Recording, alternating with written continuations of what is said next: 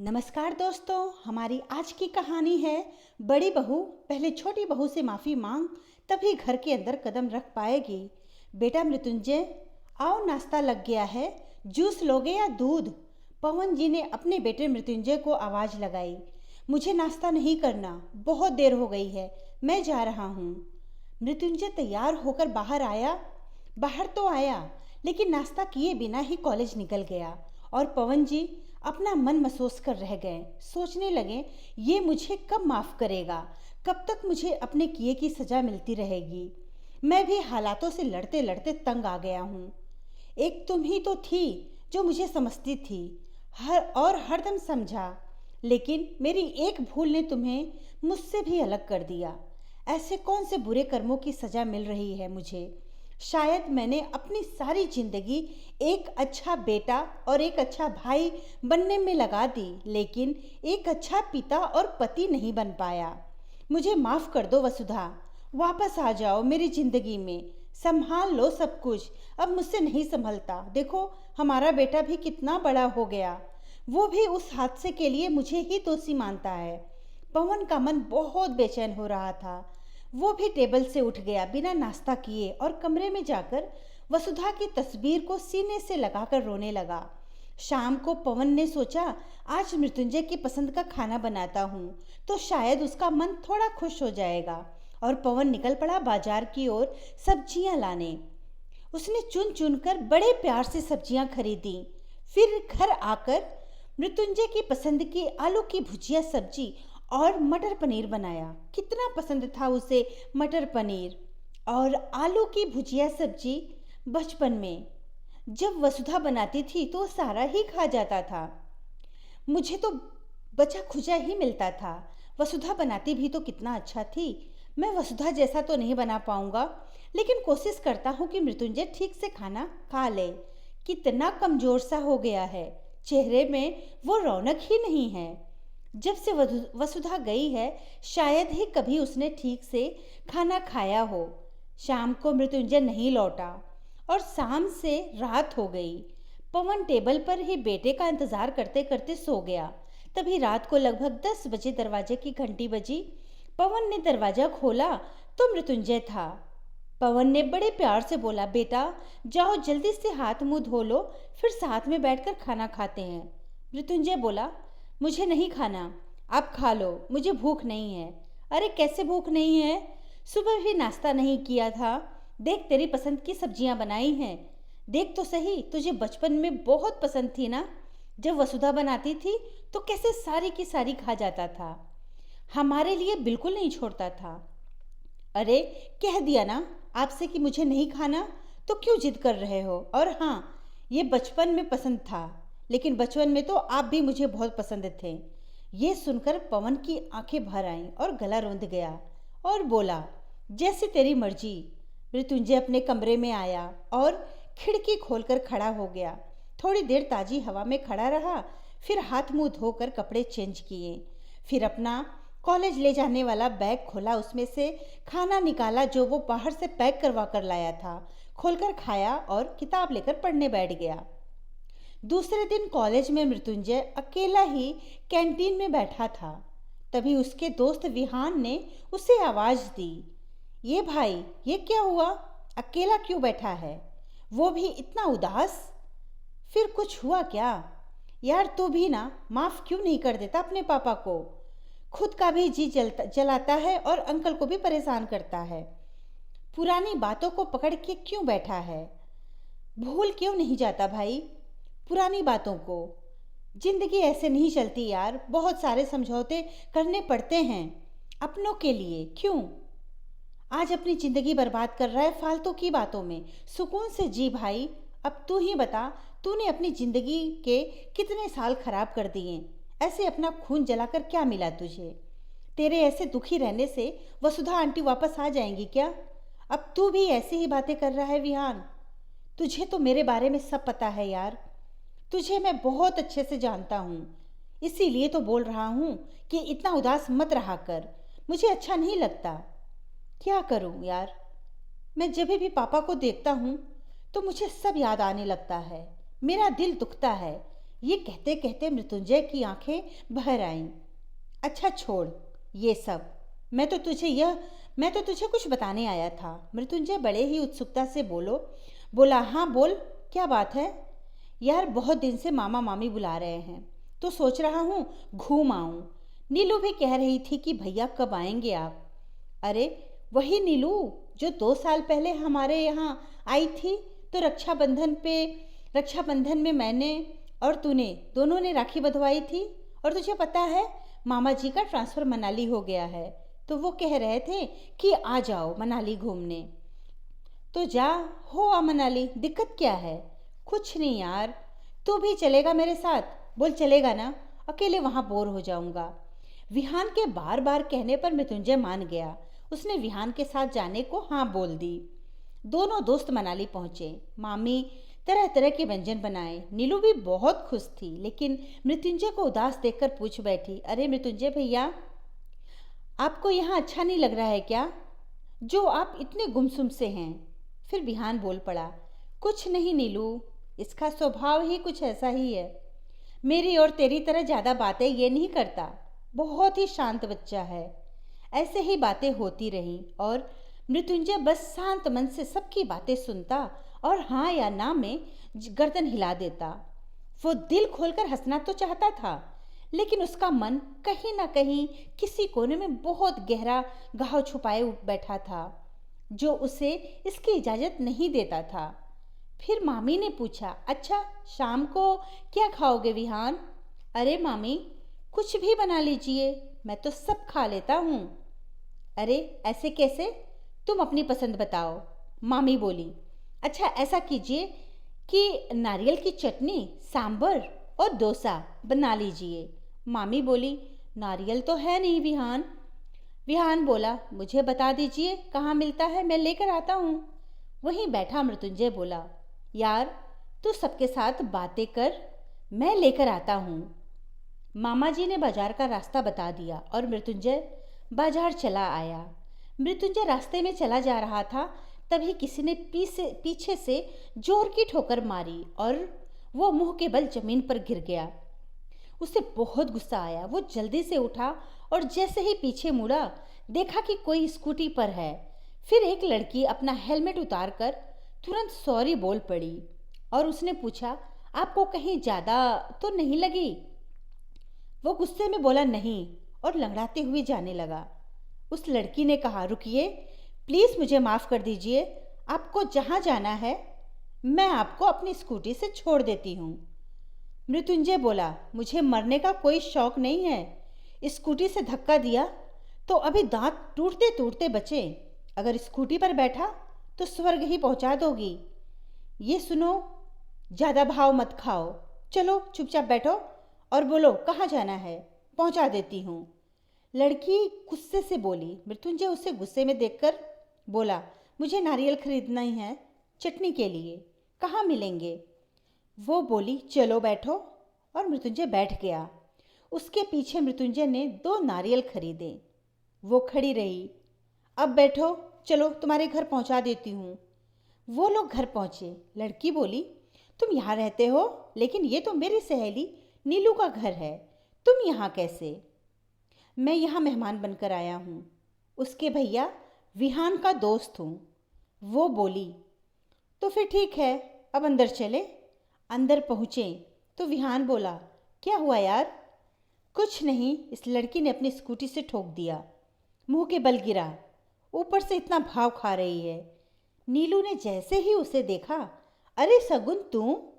मृत्युंजय धीरे से बड़बड़ा आया, सगुन नहीं अब सगुन है। नीलू बोली, यार जब से तू शहर के डेंटल कॉलेज में पढ़ने गई तब से तेरी कोई खबर ही नहीं। मनाली में कितने दिनों के लिए आई है? यार पापा की तबीयत अचानक खराब हो गई थी और बुआ जी अकेले नहीं संभाल पा रही थी, तो उन्होंने मुझे बुला लिया। अब पापा ठीक हैं, उनकी पूरी तरह से ठीक होने पर कॉलेज वापस चली जाऊंगी। मामी बोली, अब आ गई है तो खाना खाकर जाना, पापा को फ़ोन कर दे, अगर देर हो गई तो अंकल छोड़ आएंगे अपनी कार से। स्कूटी यहीं छोड़ देना, सुबह विहान से भिजवा देंगे। सगुन ने अपने पापा को फ़ोन कर दिया। सबने साथ में खाना खाया। फिर नीलू और मामा जी सगुन को कार से छोड़ने गए। सगुन ने कहा कि अंकल अंदर आइए, लेकिन मामा जी बोले फिर कभी बेटा, इम्तिनान से। और मामा जी और नीलू चले आए। और घर पर विहान ने मामी से पूछा, सगुन की माँ नहीं है क्या मामी जी? तो मामी बोली, आज के 12 साल पहले माँ किसी एक्सीडेंट के कारण नहीं रहीं। सगुन के पापा हरिद्वार गए थे माँ के अस्थि विसर्जन के लिए। सगुन भी उनके पीछे पीछे चली जा रही थी। गंगा मैया में उन्होंने ध्यान नहीं दिया, तभी एक महिला ने देख लिया और सगुन को बचा लिया। सगुन के पापा ने उस महिला को धन्यवाद दिया। बहुत बहुत धन्यवाद बहन, जो आपने मेरी बच्ची की जान बचाई। मैं आपके लिए क्या कर सकता हूँ? तो वो महिला बोली, मैं अनाथ हूँ, मेरा कोई नहीं है, कृपया मुझे कोई काम दिलवा दीजिए। तो सगुन के पापा उसे अपने साथ ले आए। अपनी सगी बहन से भी ज़्यादा मानते हैं। उन्होंने ही सगुन को पाल पोस कर इतना बड़ा किया है। विहान बोला, अच्छा तो ये बात है, वो सगुन की सगी बुआ नहीं है। और उधर सगुन घर पहुंची, तुरंत बुआ को आवाज़ लगाई, पापा सो गए? बुआ, हाँ बेटा, मैंने कह दिया था कि आप सो जाओ, मैं इंतज़ार करती हूँ बिटिया का। पता है बुआ, आज एक पागल लड़का मिल गया था, वो नीलू के भाई का दोस्त निकला। और ऐसे ही बुआ से बातें करते करते सगुन सो गई। दूसरे दिन विहान सगुन की स्कूटी वापस देने उसके घर गया। उसने दरवाजे पर लगी घंटी बजाई। सगुन की बुआ जी ने दरवाज़ा खोला। उन्होंने पूछा, आप कौन हैं जी? मैं नीलू का भाई सगुन की स्कूटी वापस देने आया था। अच्छा बेटा तुम, अरे अंदर आओ, बुआ बोली। उन्होंने सगुन को आवाज़ दी, बिटिया बाहर आओ, नीलू के भैया आए हैं। सगुन आई, पूछा तुम्हारा खड़ू दोस्त नहीं आया? मैंने स्कूटी की चाबी दी और आने लगा। तभी बुआ जी ने आवाज़ लगाई, बेटा पहली बार आए हो, चाय तो पी कर जाओ, बस थोड़ी देर बैठो, अभी बनाकर लाती हूँ। थोड़ी देर बाद बुआ जी चाय बनाकर ले आईं और साथ में कुछ नाश्ता भी। मैंने चाय नाश्ता किया और आ गया, लेकिन बुआ जी मुझे जानी पहचानी सी लगी। ऐसा लगा कि शायद मैंने उन्हें कहीं देखा है, लेकिन कहाँ, ये याद नहीं आ रहा था। फिर दूसरे दिन विहान, मृत्युंजय और नीलू घूमने जा रहे थे। तभी नीलू ने सगुन को भी फ़ोन करके बुला लिया और फिर चारों मिलकर घूमने निकल गए। विहान ने नोटिस किया कि शगुन और मृत्युंजय की नज़रें बचा बचा कर एक दूसरे को देख रहे थे, लेकिन फिर भी दूसरे दिन रात के समय नीलू के पास शगुन का फ़ोन आया।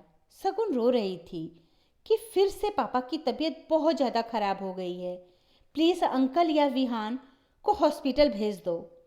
नीलू ने पापा को बताया। विहान, मामा जी और मृत्युंजय फटाफट हॉस्पिटल पहुँचे।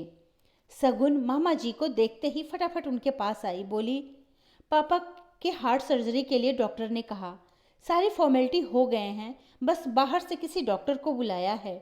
आप लोगों को परेशान करने के लिए माफ़ी मांगती हूँ, लेकिन कुछ समझ में नहीं आया, इसीलिए फ़ोन कर दिया। तभी शगुन की बुआ घबराई हुई जल्दी से आई। बुआ को देखकर मृत्युंजय बस हक्का बक्का रह गया। मृत्युंजय दौड़ कर आया और उनके गले से लग गया। बुआ को भी कुछ समझ नहीं आया कि यह कौन है और गले से लगकर क्यों रो रहा है, पर जैसे ही उन्होंने एक बार ध्यान से देखा और वो भी फुट फुट कर रोने लगी। शगुन, विहान और मामा जी को कुछ समझ नहीं आया। तभी मृत्युंजय बोल पड़ा, मम्मी कहाँ चली गई थी आप? हम सबने कितना ढूंढा आपको। तभी डॉक्टर साहब आ गए और डॉक्टर ने कहा, सब ठीक है, अब आप लोग पेशेंट के होश आने का इंतज़ार करें। मामा जी बोले, शगुन बेटा अभी आप लोग जाओ, हम लोग हॉस्पिटल में हैं, कुछ खा पी कर और थोड़ा आराम करके आप लोग आ जाना, फिर हम सब घर चले जाएंगे। मृत्युंजय बोला, हाँ मम्मी, आप दोनों घर जाओ, मैं यहाँ सब संभाल लूँगा। शगुन और बुआ जी चले गए। तभी विहान बोला, मृत्युंजय यही आंटी है ना? मैंने तेरे घर पर कभी एक आध बार इनकी तस्वीर देखी थी। तभी उस दिन मैं सगुन की स्कूटी वापस करने गया था तो मुझे ये जानी पहचानी लगी। लेकिन उस दिन मुझे कुछ याद नहीं आया। तो ऐसा क्या हुआ कि आंटी को घर छोड़ना पड़ा? तूने हमेशा कहा कि इन सब के जिम्मेदार अंकल हैं, लेकिन पूरी बात कभी नहीं बताई। फिर मृत्युंजय बोलना शुरू किया। जब से मैं होश संभाला तब से मैंने हमेशा दादी के घर में माँ को बस काम करते ही देखा है। पापा सबसे बड़े थे घर में, और जब वो पढ़ाई कर रहे थे तभी दादी ने उनकी शादी करवा दी, ये कहकर कि ये तेरे छोटे भाई बहन को संभालूं या घर के काम करूं। तेरी बहू आ जाएगी तो वो घर के काम करेगी और मैं बाहर के काम संभाल लूंगी। और कम उम्र में पापा की शादी मम्मी से हो गई। मम्मी भी पापा से 2 साल छोटी थी। इतनी छोटी उम्र में माँ ने इतने बड़े परिवार की जिम्मेदारी संभाल ली। पापा ने बहुत मेहनत करके पढ़ाई की और उनको सरकारी नौकरी भी मिल गई। फिर दादी ने 2 साल में ही जिद करके पापा का ट्रांसफ़र अपने ही कस्बे में करवा लिया।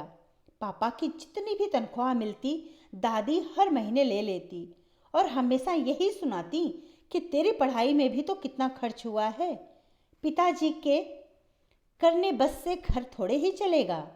उसके बाद मैंने हमेशा देखा था कि माँ बेचारी के पास हमेशा 4 साड़ियाँ होती थीं, 2 घर में पहनने के लिए और 2 आने जाने के लिए, और वो भी साड़ियाँ उन्हें मायके से मिल जाया करती थी। जब कभी 1 आध 2 दिन के लिए उन्हें जाने को मिल जाता था। ना कोई गहने और ना कोई साज सिंगार। सिंदूर भी उन्हें भगवान के मंदिर से लेकर लगाना पड़ता था। उनका खुद का पति कमाता था और उनकी ये हालत थी।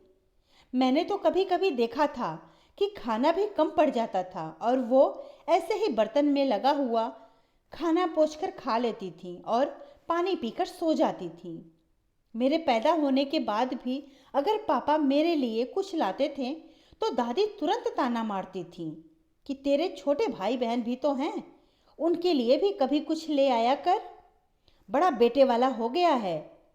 मैं 5 साल का हो गया था तो माँ ने कहा किसी अच्छे अंग्रेजी स्कूल में डलवा देते हैं, लेकिन पापा बोले जैसा माँ कहेगी वैसा होगा, और दादी बोली क्या ज़रूरत है ज़्यादा पैसे खर्च करने की, यहीं पास के सरकारी स्कूल में नाम लिखवा देते हैं। फिर मेरी एक छोटी बहन हुई। दादी को बहुत बुरा लगा कि बेटी हुई है। उसे ना तो कभी संभालती और ना गोद में लेती।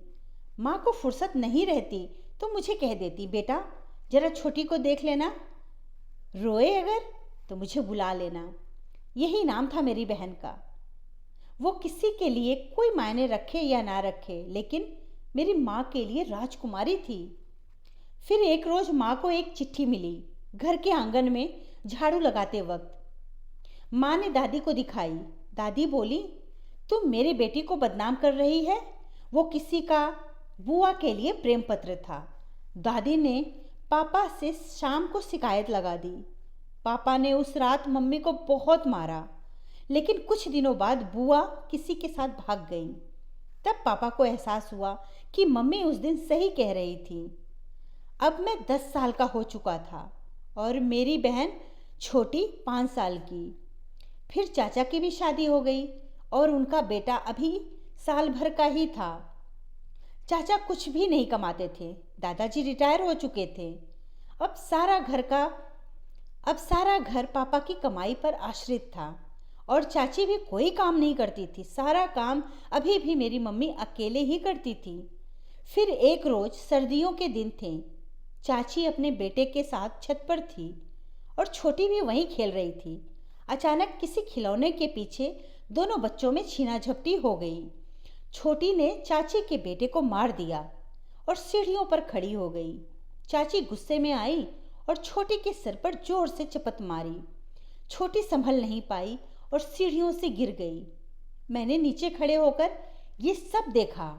उसके सर से खून बह रहा था, लेकिन चाची ने उसे नहीं उठाया। फिर मैंने मम्मी को आवाज़ दी। मम्मी दौड़ कर आईं। दादी से छोटी को अस्पताल ले चलने को कहा, लेकिन दादी ने मम्मी की बात नहीं सुनी और बोली, थोड़ी सी चोट लगी है, मर थोड़ी ना जाएगी। फिर मम्मी ने पड़ोसियों की मदद से छोटी को अस्पताल में भर्ती करवाया। खून बहुत बह गया था। माँ ने अपना खून भी दिया। तब तक पापा भी आ गए। थोड़ी देर बाद चाची और दादी रोते हुए आए। चाची ने पूछा, कैसी है छोटी? मम्मी पहले से ही गुस्से में थी। एक झन्नाटेदार थप्पड़ चाची के गाल पर मम्मी ने धर दिया।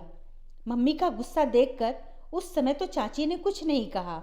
दादी और चाची उस वक्त वहाँ से चली गईं। छोटी रात भर मौत से लड़ती रही। फिर सुबह होते होते थक गई और हम सबको छोड़कर चली गई। पिताजी ने बहुत भारी मन से छोटी को दफनाया, क्योंकि खुले दिल से ना मुझको ना छोटी को कभी प्यार ही नहीं कर पाए थे। शायद इस बात का उन्हें बहुत अफसोस था।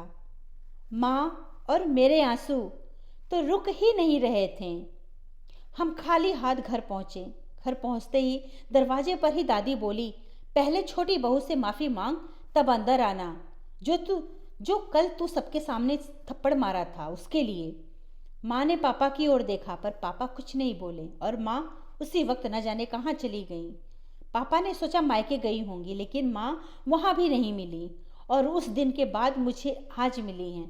कहते हैं ना कि नारी जब तक सीता है तो ठीक है, लेकिन जब उसके आत्मसम्मान पर ठेस लगती है तो वो चंडी बन जाती है। फिर उसे मनाने के लिए भगवान शंकर उसके पैरों के तले आ जाते हैं, तब शांत होती है। फिर पापा मुझे लेकर कहीं और रहने लगे।